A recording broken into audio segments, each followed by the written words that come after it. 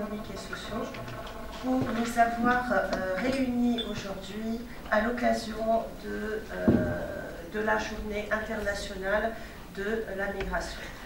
Alors, comme tout anniversaire, ou comme journée, c'est peut-être le moment d'établir un bilan pour voir à peu près où on en est et où est-ce qu'on voudrait se diriger. Et un premier bilan commencerait peut-être par des chiffres. Alors, je ne vais pas donner plein de chiffres, je vais en donner deux. Alors, premier chiffre, c'est le chiffre de 3000.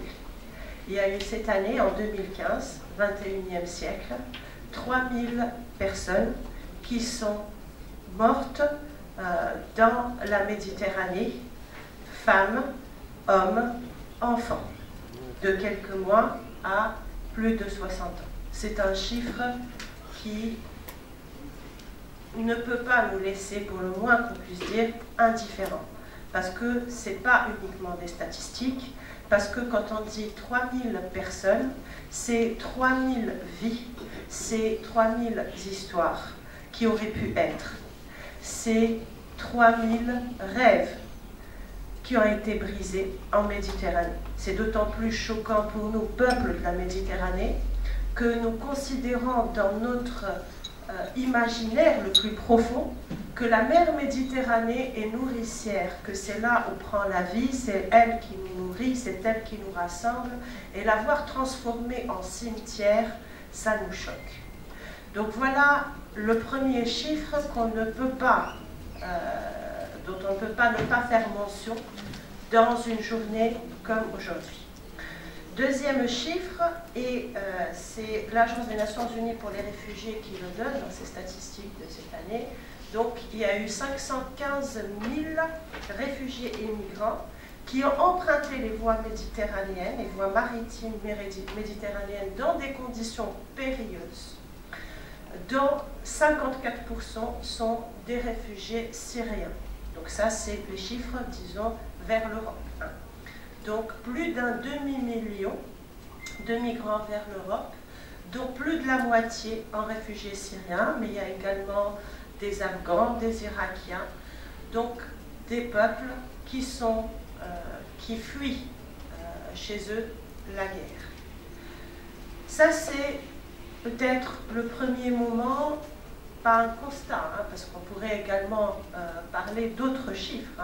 Il y a également les chiffres des étrangers ou des migrants qui viennent en Tunisie, notamment les Libyens, donc 260 000 stabilisés entre guillemets en Tunisie, c'est les derniers chiffres qui ont été revus un peu à la baisse.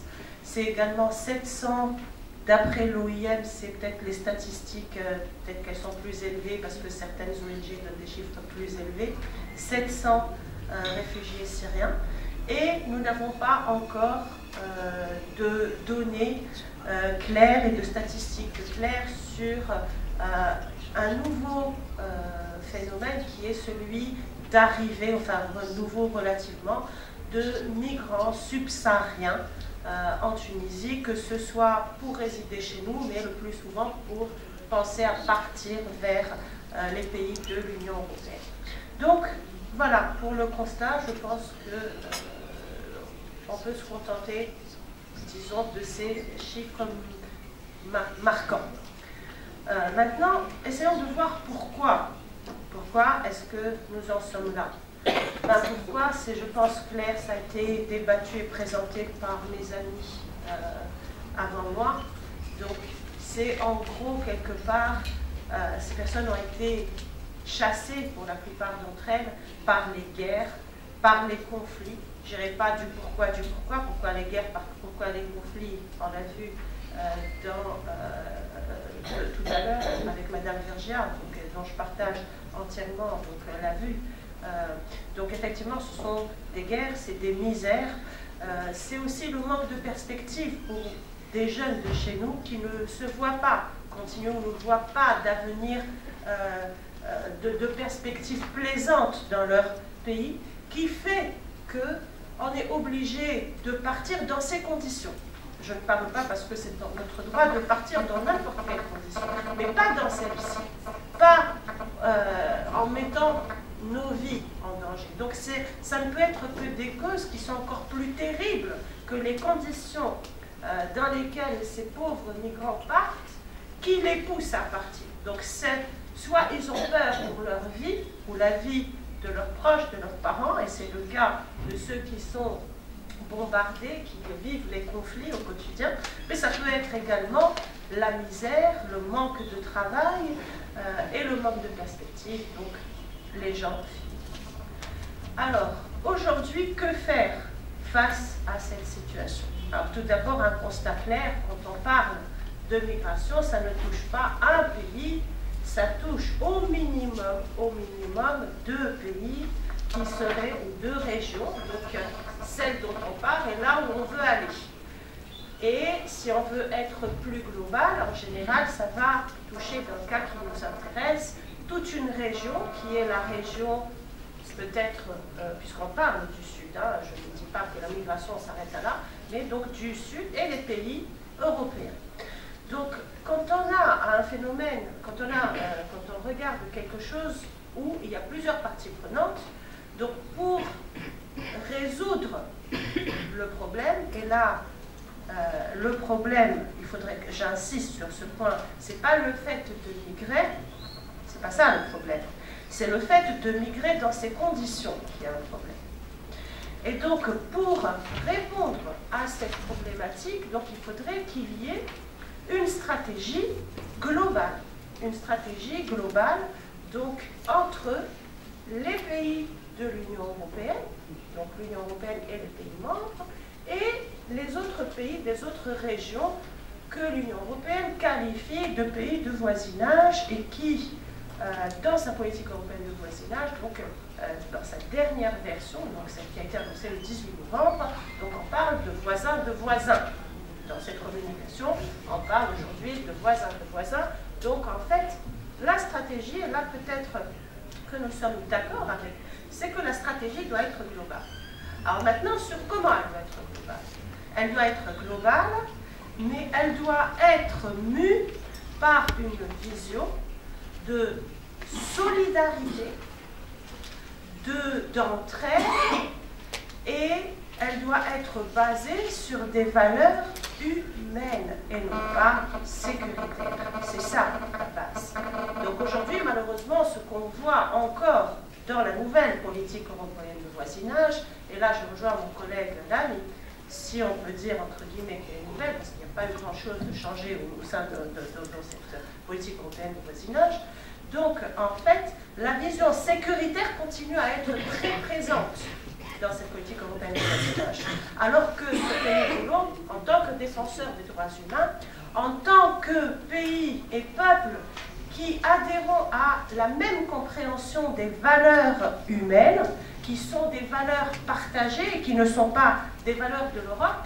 Hein, nous sommes tout autant partie prenante de ces valeurs qui sont les nôtres, qu'on partage, donc que cette stratégie globale soit, donc pour reprendre, faite sur construite sur des valeurs d'entraide, de compréhension et de solidarité et des valeurs humaines. Donc voilà pour la stratégie globale. On pourrait, bon, peut-être que je vais pas trop m'étaler, et bien entendu ça va passer sur tout le reste, y compris sur les politiques européennes en matière commerciale, comme le cas, et y compris sur d'autres choses telles que le partenariat pour la mobilité qui a été signé, donc dans l'accord politique a été signé, comme tout le monde le sait, en mars 2014, et dont les annexes vont continuer à être discutées et les discussions vont reprendre à partir de mars 2016, et avec justement, je ne veux peut-être pas être trop factuel, mais c'est peut-être ça, donc avec quelque part pour la Tunisie un peu le couteau sous la gorge, c'est-à-dire que vu les problèmes que nous avons et sécuritaires, et là je parle de terrorisme, et économique, et tout le monde sait donc la situation de la Tunisie, donc nous ne sommes pas vraiment en mesure d'avoir des négociations, parce que là on parle de négociations, dans un environnement sain où on a notre complet libre arbitre. C'est-à-dire que quelque part, nous sommes contraints malheureusement par notre contexte de discuter de choses que même au niveau du ministère on refuse, qui est la réadmission des tiers, hein, pas seulement la réadmission des Tunisiens, comme ça a été le cas jusqu'à aujourd'hui. Donc aujourd'hui, l'Union européenne voudrait avoir plus, et elle voudrait que non seulement on fasse la police à nos frontières, plutôt qu'elle fasse elle-même sa police à ses frontières. Donc quelque part, on nous demande de faire la police à nos frontières, et en plus, on voudrait que, je parle de la Tunisie en l'occurrence, qu'on réadmette des ressortissants non tunisiens sur notre territoire, ce qui, malheureusement, nous ne sommes pas contre le fait d'accueillir, et nous avons montré en tant que Tunisiens que nous sommes solidaires, y compris de nos frères et amis donc, qui viennent de partout, subsahariens, libyens, etc. Mais de là à obliger à réadmettre dans ces conditions des gens qui ne veulent pas d'ailleurs être réadmis, donc ça pose problème. Donc ceci donc sur la stratégie. Deuxième recommandation, donc c'est mettre en place des politiques, parce que la stratégie ça c'est global. Deuxièmement, mettre en place des politiques par pays, donc que les différents pays concernés, Union européenne et autres pays, donc mettent en place des politiques pour traduire ces stratégies dans la réalité des choses.